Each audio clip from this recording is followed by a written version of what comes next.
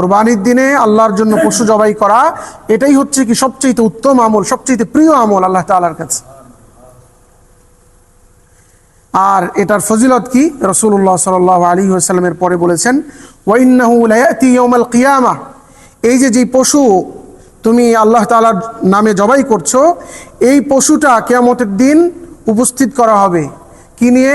বিকুরুনিহা, এর যে শিং আছে, ওয়া শারিহা, এর যে পশম আছে, ওয়া আযলাফিহা, এর যে খুর আছে, সব কিছু সহ কিয়ামতের দিন তোমার আমলনামায় এটাকে যোগ করা হবে এবং তোমার সামনে উপস্থিত করা হবে।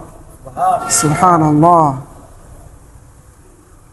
এবং পশু যে জবাই করো, ওই জবাই করার সময় যে রক্তটা বের হয়, ওই রক্ত মাটিতে পড়ার আগে আল্লাহ তাআলা কবুল করে নেন।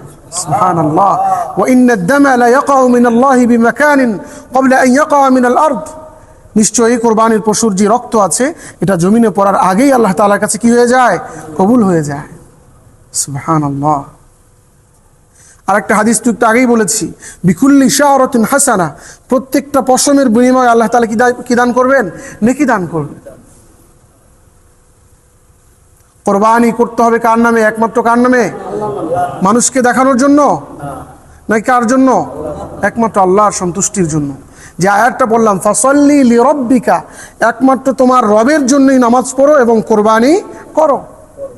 সূরা আনআমের ৩৭ নম্বর আয়াতে আল্লাহ তাআলা বলেছেন, রাসূলুল্লাহ সাল্লাল্লাহু আলাইহি ওয়াসাল্লামকে সম্বোধন করে বলেছেন, কুল ইন্না সলাতি ওয়া নুসুকি ওয়া মাহইয়ায়া ওয়া মামাতি লিল্লাহি রাব্বিল আলামিন, হে নবী আপনি বলে দিন, ইন্না সলাতি, নিশ্চয়ই আমার নামাজ, ওয়া নুসুকি, আমার কোরবানি, ওয়া মাহইয়ায়া, আমার জীবন, ওয়া মামাতি, এবং আমার মরণ, লিল্লাহি রাব্বিল আলামিন, একমাত্র রব্বুল আলামিনের জন্য।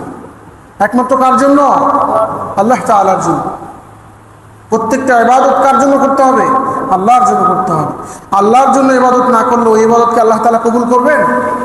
কবুল করবেন না। ইন্নাল্লাহা তাইয়্যিব লা ইয়াকবালু ইল্লা তাইয়্যিবান, আল্লাহ তাআলা পবিত্র, একমাত্র পবিত্র, একনিষ্ঠভাবে যদি তার জন্য ইবাদত করা হয় ওই ইবাদতেই কবুল করবেন। একমাত্র আল্লাহর জন্য না করলে কি করবেন না? আল্লাহ তাআলা ইবাদত কবুল করবেন।